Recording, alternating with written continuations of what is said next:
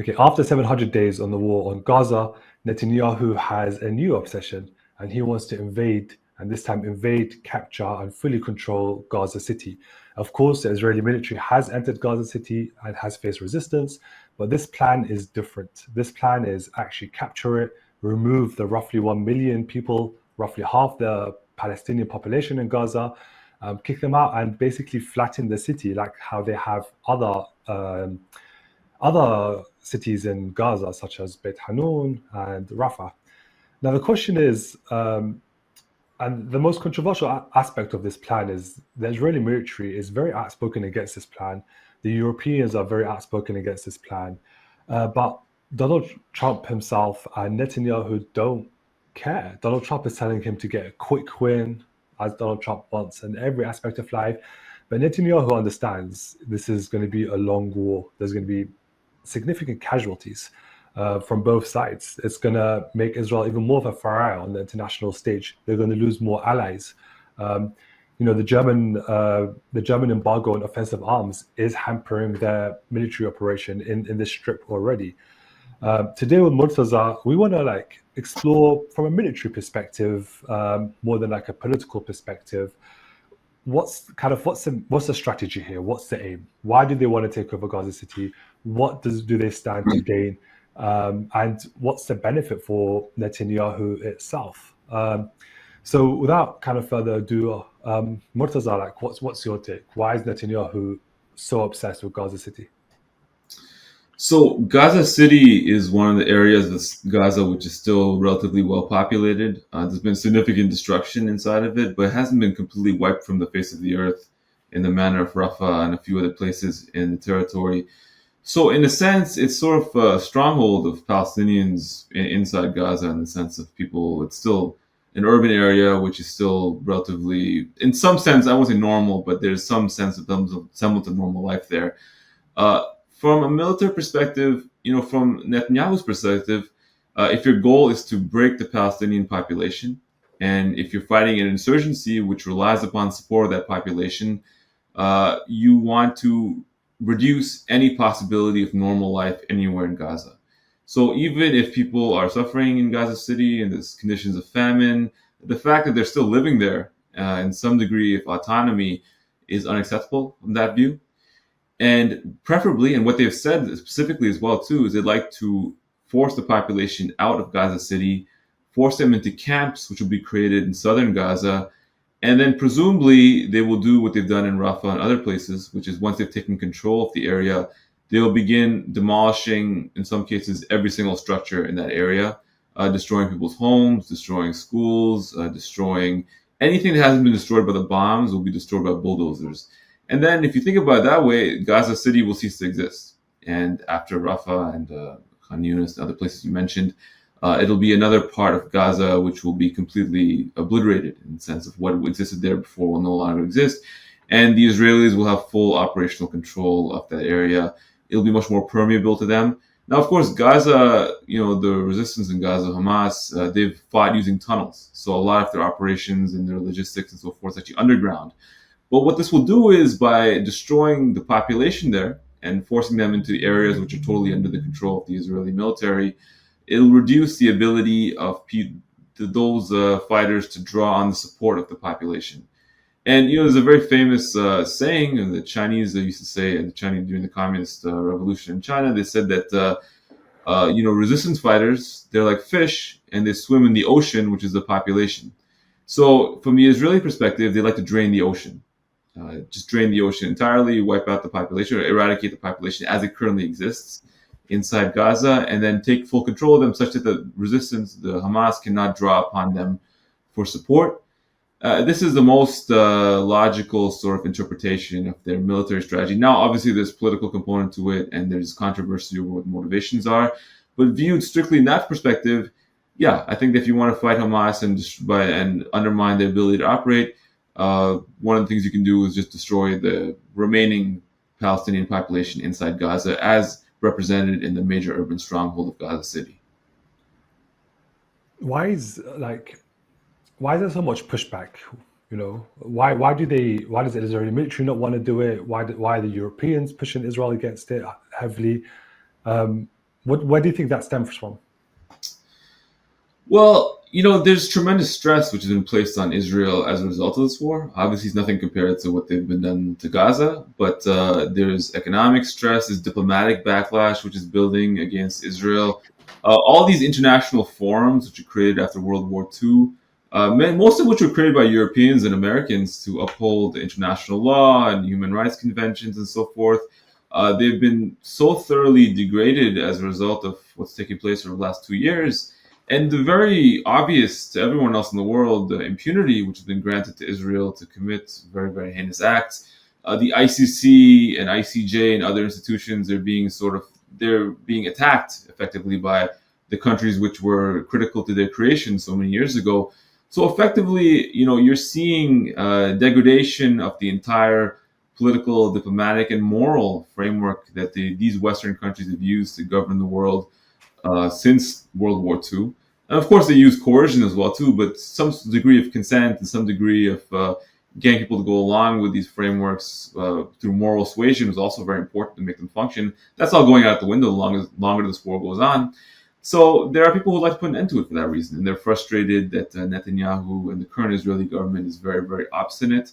And also I will say as well, this war is very unique among many wars, or it's more a further advancement of a phenomenon which has been going on for at least 10, 15 years now, which is that it's a very heavily documented war. Even though they've tried to keep out journalists, and they have kept out international journalists, still journalists inside Gaza, we've seen a tremendous amount of what's taking place in Gaza. It's very horrifying, actually. You see the human impact of this war, the very obvious indifference to international law and so forth and human rights conventions, even military professionalism by the Israeli government as they prosecuted the war.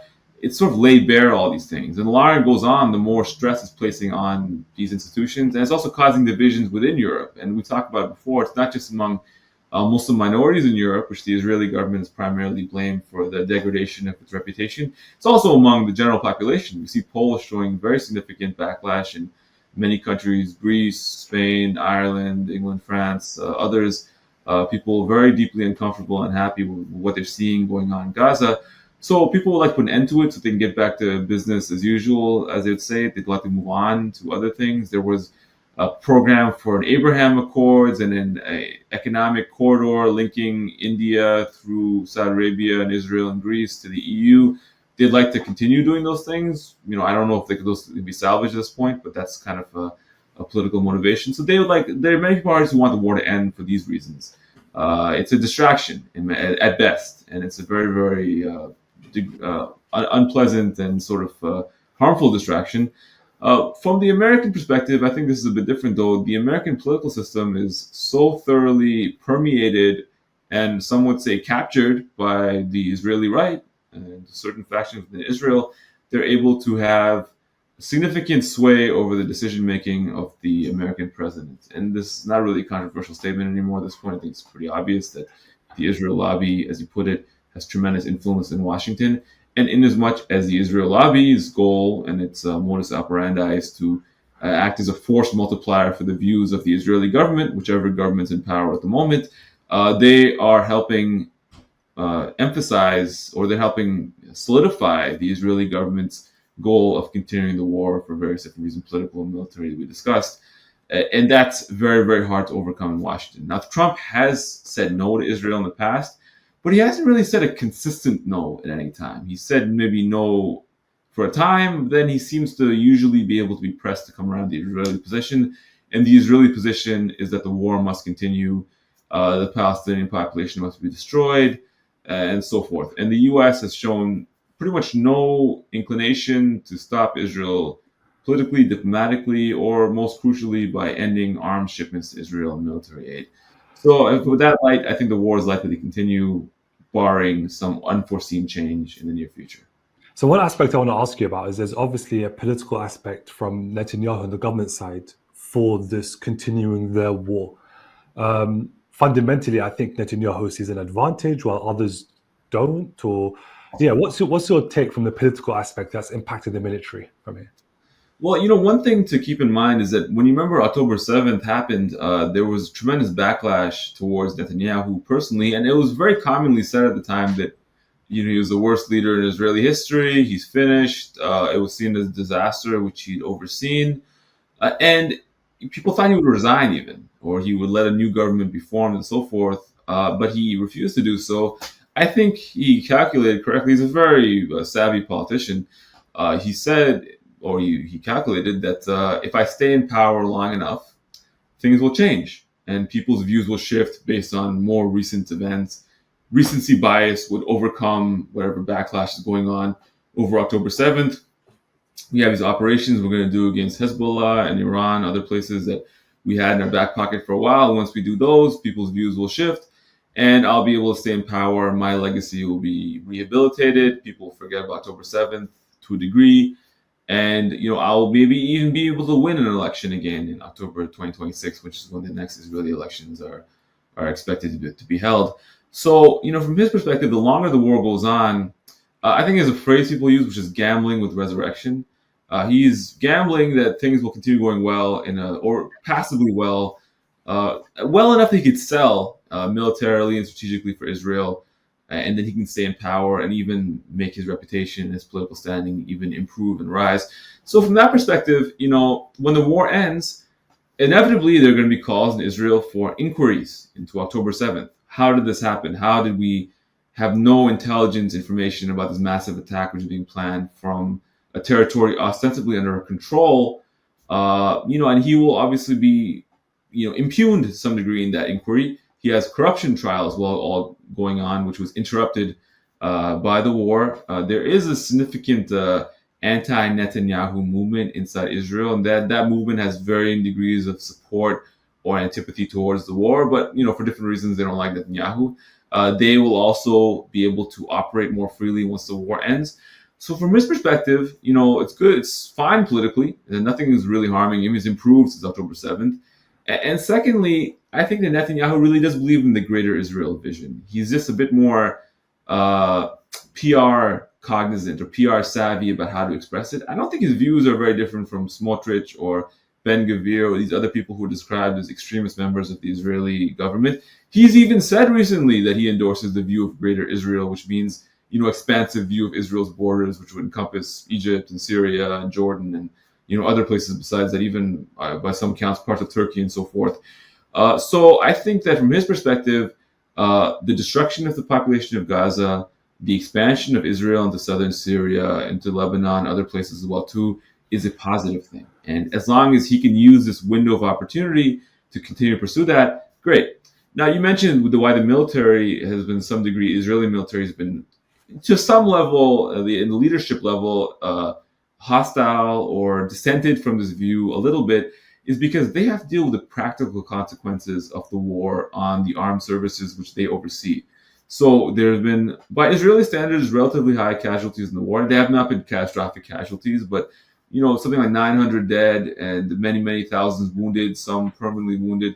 By some accounts, hundreds of thousands of people who are going to be on permanent disability as a result of the war through the military service. That's a significant burden on the armed forces of a country which is less than 10 million people, and is also, traditionally at least, more casualty averse. But also, they're having a serious reservist problem. They're having manpower shortages. People are not showing up to their reserve call-ups. They're trying to draft the people from the Orthodox community who are refusing to draft, to accept the draft. And that's causing a tremendous strain inside Israeli society among people who resented the Orthodox community even before that for not paying taxes and spending all the time praying and being aloof from Israeli society, mainstream society as they see it.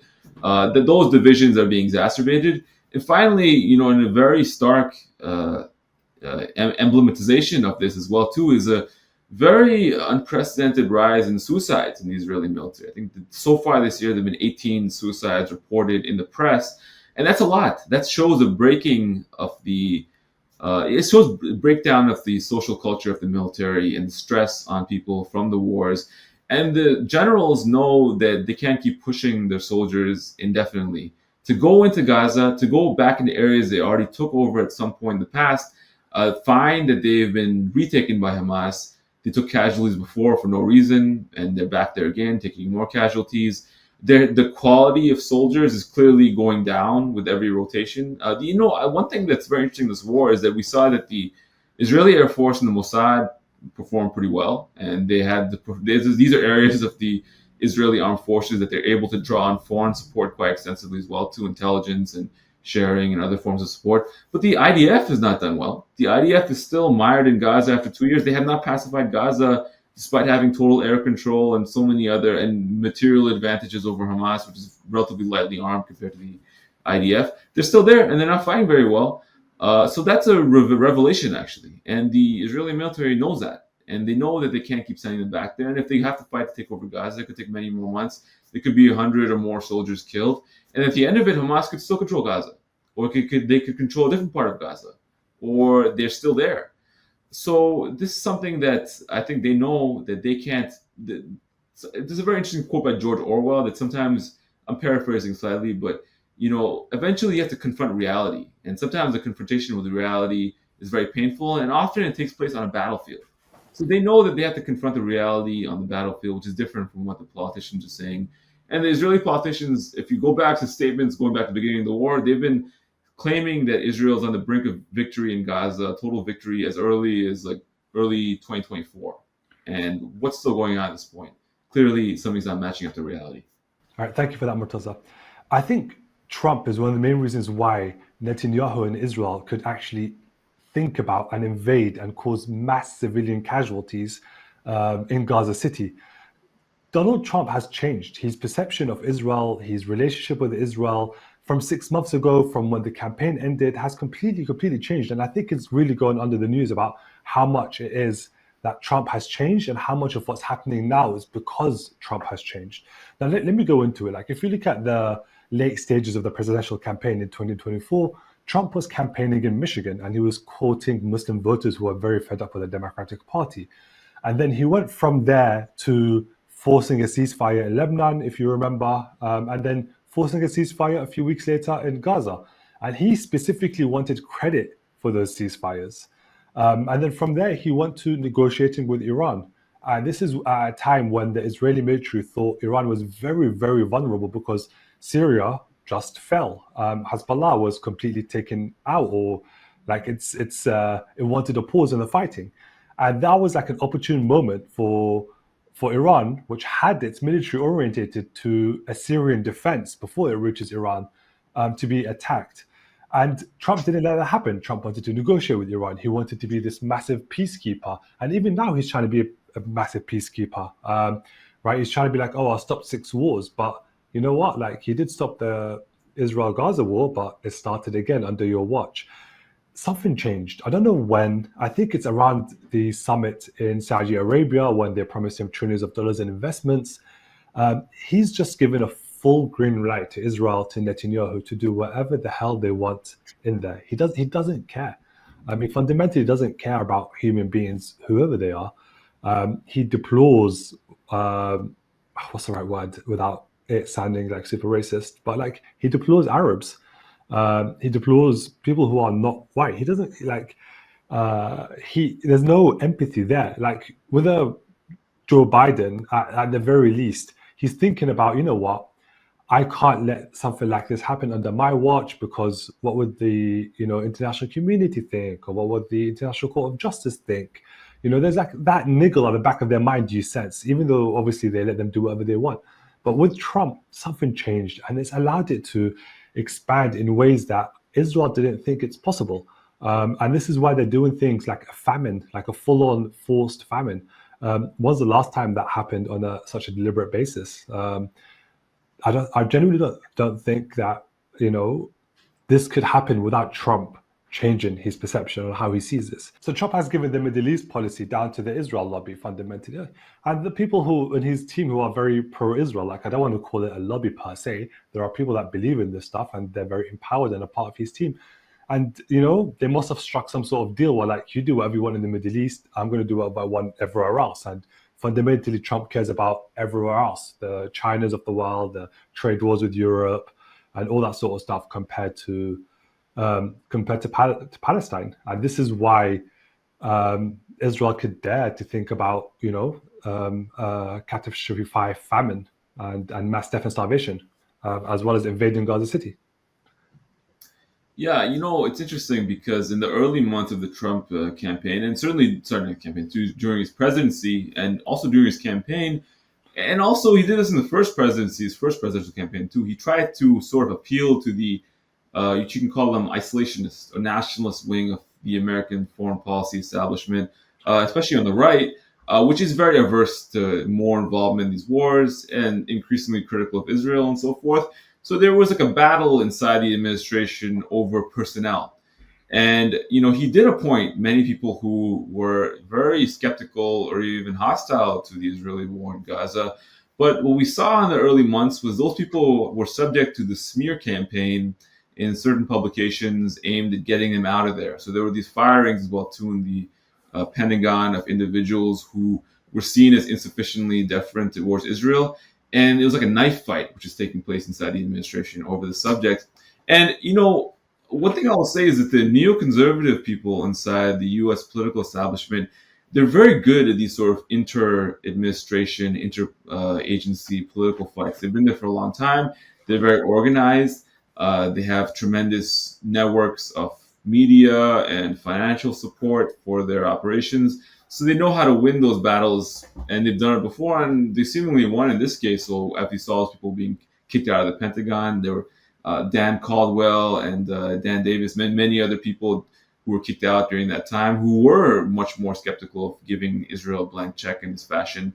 So once they were gone, we started seeing also a shift in the administration, and I think Trump was just getting different info from people, and he's not someone who's particularly, I would say, has firm ideological beliefs per se. He has gut feelings, and he's very malleable and so forth. So when you surround him with people who wind up being the more neocon type of people he's known most of his life and has some connections with, they're probably able to sway him in the direction that they prefer. And in this case, they've swayed him to the direction of complete extreme pro-Israelism, giving Israel a wish list of everything it wants, just completely giving them that as a without any even reciprocation for any ask on the U.S. side. And the first Trump term, he gave them a lot too. He gave them this issue of Jerusalem and the Golan Heights and all these other things, which they were supposed to get as part of a diplomatic agreement that settled the conflict. He just gave them to him without any, sort of concession on their part. But now, post October 7th, it's a much more radical Israel. It's an even more radical and aggressive Israel that wants even more things from the U.S. And, Trump is giving them whatever he can, actually. He's giving them pretty much, again, a blank check, but they're asking for much more this time.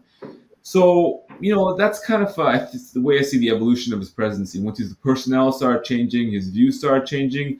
And keep in mind, he's been subject to pretty much constant lobbying over the last 6 months by these pro-Israel people. They have good access to him. They can sit down with him. They can tell him their view of things. They can make them offers. They can make him threats, maybe. Maybe they know him really well. They can bring up things from his past or, make things difficult for him politically. All those type of things. That's speculation, of course, but that's sort of the dynamic which they play. It's a very personalized dynamic. It's not a very, I would say, rigorous or rational foreign policy process. It's very much based on people's manipulation of him as an individual. And one thing I'll point out is a very clear example of this is that with the Iran nuclear talks were happening, I don't think those talks between Trump and the Iranians were cynical necessarily from the beginning. But you saw a shift in position of Witkoff, the chief negotiator, while the talks were taking place, and a shift in public position.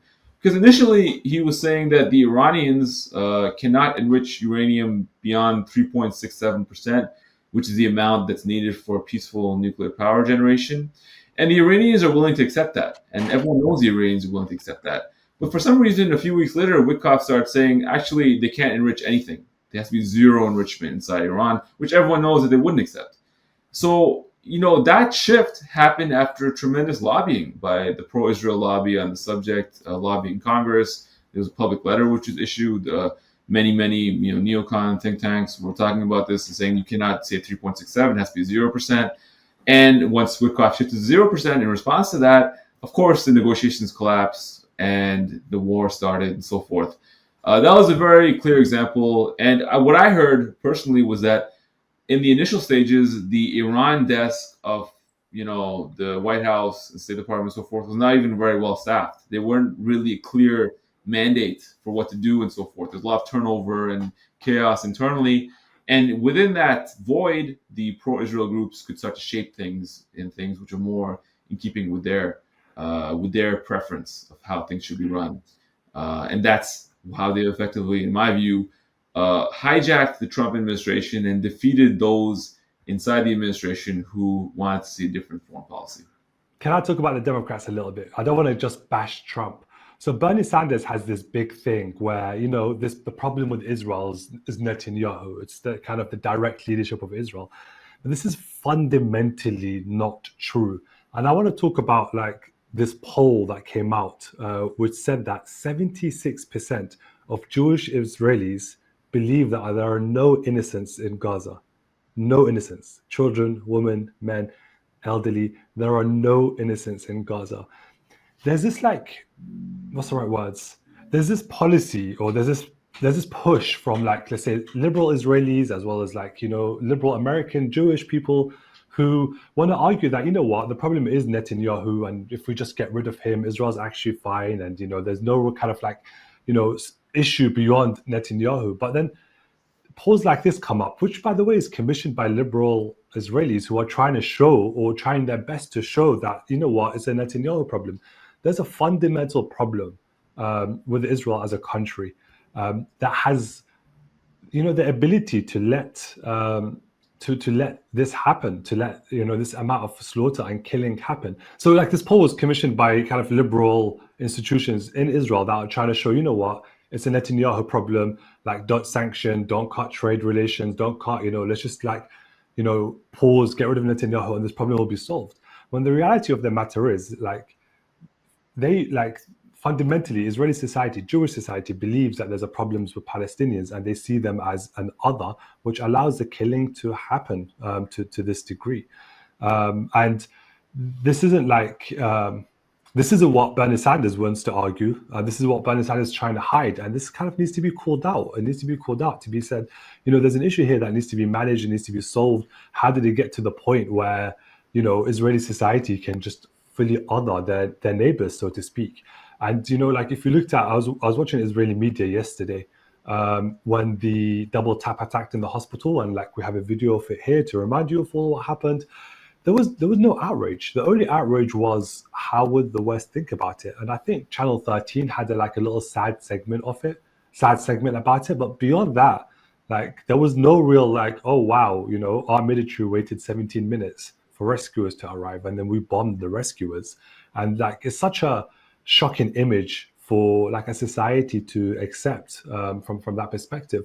And then we can't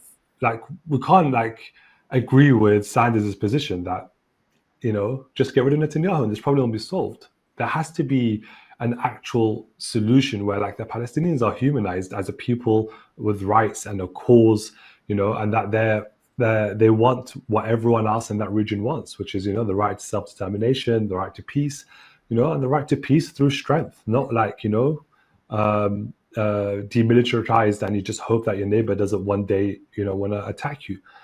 So I think as bad as Trump has been, Bernie Sanders has been equally as bad in this, by pushing this false narrative that it's a Netanyahu problem. Well, fundamentally, it's not. It's much wider than Netanyahu. Bernie Sanders, I can't remember how old he is, but he's pretty old. He's kind of a product of a different era when Israel had a different self-image, or a different image that successfully managed to portray to the rest of the world. 83. 83. So that's really old. So effectively, for many, many decades, Israel was weaker, or felt itself weaker than its neighbors. And it portrayed an image that it just wants to make peace, and its neighbors are very obstinate and they don't want to make peace with it. And we our right to survival and things like this, victim of anti-Semitism, all these other narratives. That was a dominant narrative for decades. And maybe it never actually matched up with reality, because they actually were quite aggressive during this time as well too, and all these latent sentiments were there as well. But because they felt less power, they felt that maybe one day they'd have to compromise with their neighbors, or they'd have to at least put on a better show for public relations at the moment until things changed. But now that they're more powerful, and after the Arab Spring Wars, several of their neighbors were just destroyed, like Syria and Libya and other countries as well too in the region who are hostile to Israel no longer exist. They feel that now they don't have to pretend anymore. Now they can embrace the full supremacist sort of ideas which are latent. Unfortunately, I would say were latent in the whole idea of Zionism from the beginning. Obviously, there were different types of Zionism, and I'm well aware of different strands and so forth. But the predominant stream which rules Israel today is one which is so far to the right that it would be considered far to the right of the most right-wing Zionists when Israel was created. The Zev, Jabotinsky, and other people will probably find this to be more right-wing than their own views. It's a very supremacist, extremist ideology. And, there's a guy who's a political theorist, and he's kind of controversial in some ways, but I think that he's been vindicated by events, is Samuel Huntington. And Samuel Huntington was the guy who came up with the term of clash of civilizations. And I actually reread that book recently, and it's much more nuanced than people give credit for. He makes some broad generalizations, but he does so for the purpose of some sort of analytical clarity about a very broad subject. It made a point that if you put people who see themselves as part of different civilizations in close proximity to one another and states which don't have any political agreements, of course they're going to fight. And they're going to fight in a way which is very, very zero-sum. And the creation of Israel effectively created a outpost of a foreign civilization, which was not very well thought out, into another civilization. And they did it without their consent, against their will. They did it by force. And they created a situation now where you see this dehumanization, this lack of understanding, this inability to solve this problem politically through the channels which normally they're solved. The Israelis now they have the upper hand. They could do what they claim they've always wanted, which is just to integrate and to have like a peace agreement and have normalization and so forth. It turns out that once they have the power, they don't want that. They don't want peace agreements. They don't want integration. They want dominance. They want eradication. They want supremacy. They don't want any compromises from their end. And they want to rule the region as though they're like a crusader state or a military outpost of people in Washington or people, in Miami or whatever, and rule that way. They have no desire to integrate. Actually, I always thought I tried to keep a long-term perspective. Obviously, Germany and the Jewish population were very hostile to each other in the 40s and 30s, but then 10 years later, they're best friends. So things can change. The world is very unpredictable. You never know where things can be. But I don't think this is a situation where things can flip, actually. And I think the whole Abraham Accords idea that Israel will become friends with the countries of the region is very, very unrealistic. And it goes back to Huntington, actually. It's like oil and water. You can't mix these two civilizations, per se. And the hatred, which has been created the last 2 years, has eradicated, in my view, any space for that to change. Now, the question is, what do you do now? And, I don't favor, genocide or expulsion of any group of people. But, how do you contain this problem and minimize it and so forth and deal with a situation where there's this permanent hostility? Maybe something like the DMZ in North and South Korea could be created one day if the other countries in the region are able to impose some sort of detente on Israel, whereby Israel can at least be contained, and then we can just wait indefinitely and see what happens. That's probably the most optimistic outcome. But right now, we're seeing more as greater Israel, total dominance, bolstered and really underwritten in every way by the U.S. Yeah. See, even with the DMZ in South Korea and North Korea, it fundamentally needed like almost two equal powers fighting to a stalemate. And to your point, the last point I think I want to make before wrapping up is I think like one of the main reasons why there's no Netanyahu can think of going into Gaza City and invading and destroying is he fundamentally thinks, and I think he's right about this, there'll be very little repercussions for him.